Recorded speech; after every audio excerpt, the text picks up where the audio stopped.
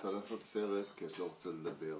בגלל זה, תמר. אבל אתה מפגר, למה לצלם את זה? מצלמים אותך כרגע. את בטיול בת מצווה שלך. מצטלמת. דברי למצלמה. אל תאכלי כמו בהמה. דברי למצלמה. איך? מה לילה? ילדה קליפה.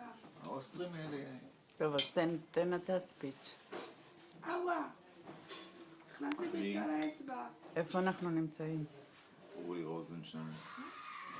נצר למשפחת כהנים. מהירי חמה ועצבנים. מסרב. תמר, דברי. נו. אנחנו לאחר סיום טיול בת מצווה ותמר בצפון איטליה, והיה לנו כיף מאוד, אכלנו דברים טובים, קיימנו מרגל, והיינו במקומות טובים, ואל תפריעי לי, לעשה זה, לזה וזה וזה, והיה לנו נורא כיף עם ביתנו, החמודה, החכמה, אני... האהובה. והאהובה, תמר ביותר. רוזנשטיין. שכחתי והמצטלמת היטב. קדימה, תמר. תני לנו איזה משפט קצר בתור תעשיינית. ואיפה אנחנו אוכלים היום? אני זורם, אני לא... זה קסטלאוטו פה, המבצר המקולקל, שהוא בכלל לא מקולקל. תראי להם את הירוק מהחלום.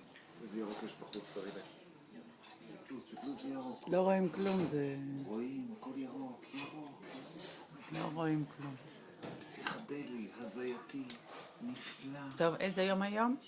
היום האחרון לטיול, שבו אמרו לוויים פעמיים כי טוב, +2, 1.5.